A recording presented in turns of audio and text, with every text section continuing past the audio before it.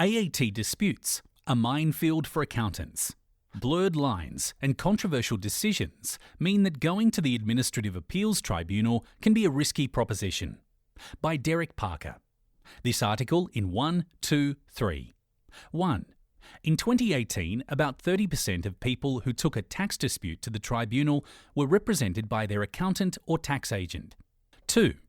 The Tax Agent Services Act 2009 Safe Harbour provision affords protection from liability or penalty, but only in certain circumstances. 3. Accountants who appear at the AAT should be aware of the professional indemnity issues. Registered tax agents should think carefully before representing a client on a tax dispute at the Administrative Appeals Tribunal, AAT, as the AAT's procedures and rules of evidence may be outside of their area of competence. It is entirely legal for accountants to appear for a client at the AAT. In fact, the Tax Agent Services Act 2009, TASA, expressly allows registered tax agents to do so, but the fact that they can does not automatically mean that they should. According to figures provided by the AAT in its submission to the review of the Tax Practitioners Board, last year about 30% of people who took a tax dispute to the tribunal were represented by their accountant/tax agent, or 198 of the 316 cases in the Taxation and Commercial Division. In the other cases, the taxpayer was represented by a lawyer. The AAT is not a court, but an administrative body that reviews specific decisions of other government agencies, including the Australian Taxation Office, ATO. It considers whether, on the facts presented to it, the correct or preferable decision was made in respect of the applicable law, rules, and government procedures. Its own decisions are judicially reviewable. Despite the administrative status of the AAT, many issues put before it involve questions of statutory interpretation and close reading of the rules. This raises a critical question for accountants. Where is the line that separates appropriate tax advice to a client from unqualified legal advice? Melbourne barrister and part-time deputy president of the AAT, Frank O'Loughlin QC, notes that when tax agents present cases in the AAT on behalf of their clients, they are involved in work that includes both legal and factual elements. Applying taxation laws to the facts of a taxpayer's case is always legal work, he says. Quote, registered tax agents are permitted to represent their clients in undertaking this work. Different aspects of Australia's tax system call for deployment of different types of skill and knowledge. Some aspects of the work in the AAT lend themselves to the skills of accountants, others lend themselves to the skills of lawyers. Other aspects are common to both. End quote. The TASA provides a safe harbour for registered tax agents against the prohibition on non-legal practitioners providing legal advice. This is a provision in a law or regulation that affords protection from liability or penalty under specific situations, or if certain conditions are met. The safe harbour concept is used in several areas of law, including taxation. A difficulty is that it applies only when an accountant is doing the ordinary bread and butter work of an accountant, including advising on general Commonwealth tax issues. Chris Wallace, a barrister who has published a number of articles on the subject, believes that many accountants do not really understand the limits of the legal advice safe harbour. He also questions a key decision known as the Fellman Bubble.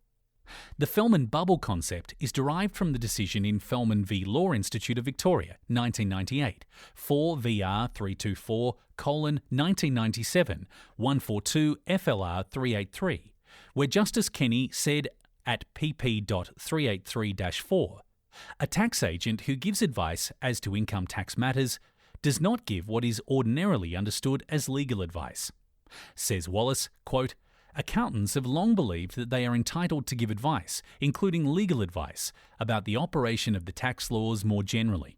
However, there is no legal basis for this belief, even if the advice is provided in relation to the preparation and lodging of a tax return. End quote. Wallace cautions that the Fellman Bubble does not extend to work in relation to state taxes or superannuation, other than in the context of income tax. John Morgan, a Melbourne barrister experienced in the tax field, likewise sees the weakness of the Fellman decision. Quote, tax agents are allowed to give advice about taxation laws because it is a tax agent service under S90-5-1A2 of TASA, and a federal law overrides the state and territory laws that prohibit unqualified legal practice, he says. Whether this protects non-lawyers from any advice they give that culminates in a tax liability has not apparently been tested. It may be that a court would read down the TASA protection in cases where the public interest was not served because of the complexity of the general law, Morgan says. In any event, registered agents must comply with the TASA requirements, including the Code of Professional Conduct, the Code, Morgan notes. This includes an obligation to do this, among other things, competently. Often this will be difficult without legal training, end quote. Morgan also points out that providing legal documents to a client is clearly outside what tax agents are permitted to do. A breach of the code can lead to disciplinary action by the Tax Practitioners Board, resulting in suspension or cancellation of registration. There is also legislation in each state and territory that prohibits an unqualified, uncertified person from engaging in legal advice, and substantial penalties are involved, with similar carve-out arrangements impacting accountants. Also, just because a matter relates to tax does not mean that it qualifies for the carve-out. It can depend on the particular circumstances of a case. Another issue that Wallace raises is the potential for accountants to unwillingly engage in legal practice when they represent a client at the AAT. He believes that many accountants do not understand the breadth of the issues that can arise and whether the Fellman bubble, while it applies to the representation in the hearing, can be stretched to the research and other work required to prepare for the hearing. An accountant before the AAT is almost always appearing to defend a client in relation to work undertaken by the accountant, he says. Quote, if the accountant submits that the client has provided everything that was needed, the accountant has implicitly advised on evidence rather than tax. Similarly, if the accountant concludes that the client did not provide everything that was needed, they are advising on evidence, end quote. Morgan emphasises that in the objection process, there is a need to inform the client of the available options, including independent advice, representation by a lawyer, and the choice between the AAT and the Federal Court of Australia. Quote, strange as it sounds, there have been accountants who go to the AAT without their client's knowledge, says Morgan. Perhaps they are trying to defend a mistake they have made, he adds. In any case, it is hard to see that it meets the standards of the code, end quote. Wallace emphasises that the protective strength of the Fellman bubble, which applies in Victoria but not necessarily in other states, is untested.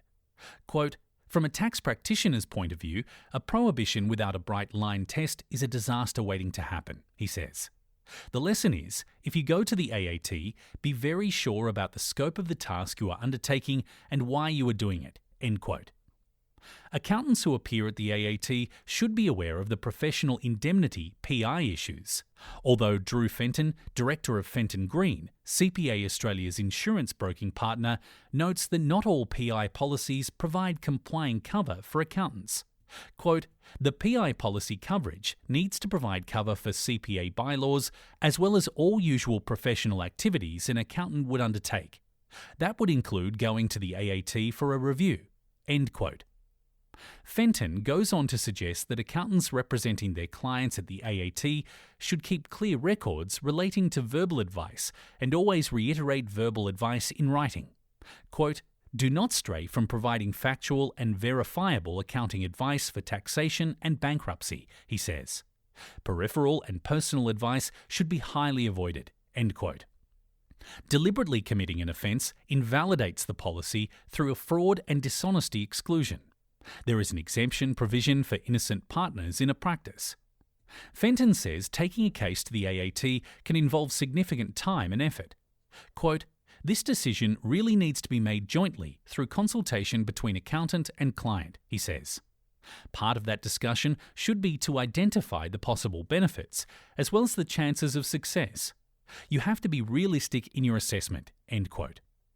Considerations for accountants when taking a case to the AAT. Ensure that the facts of the case and the reasons for the decision being contested are understood. Check that arguing the case does not cross the line into unqualified legal advice. Consider whether the participation of a qualified and suitable legal specialist would be in the client's best interests. Consider whether you have the knowledge and competence to represent your client at the AAT, including strong knowledge of rules of evidence and the procedures of the AAT. Ensure that good records, especially of discussions with the client, are kept. Check that all actions align with the Code of Professional Conduct in the TASA, as well as the professional and ethical requirements for CPA Australia members.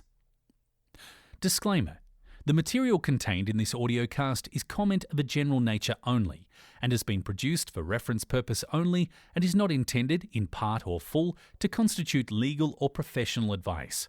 To the extent permitted by the applicable laws in your jurisdiction, CPA Australia, its employees, agents and consultants exclude all liability for any loss, damage, claim, proceeding and/or expense, including but not limited to legal costs, indirect special or consequential loss or damage, arising from acts or omissions made in reliance of the materials. Where any law prohibits the exclusion of such liability, CPA Australia limits its liability to the resupply of the information. Before acting on the basis of any material contained in this article, we recommend that you consult your professional advisor.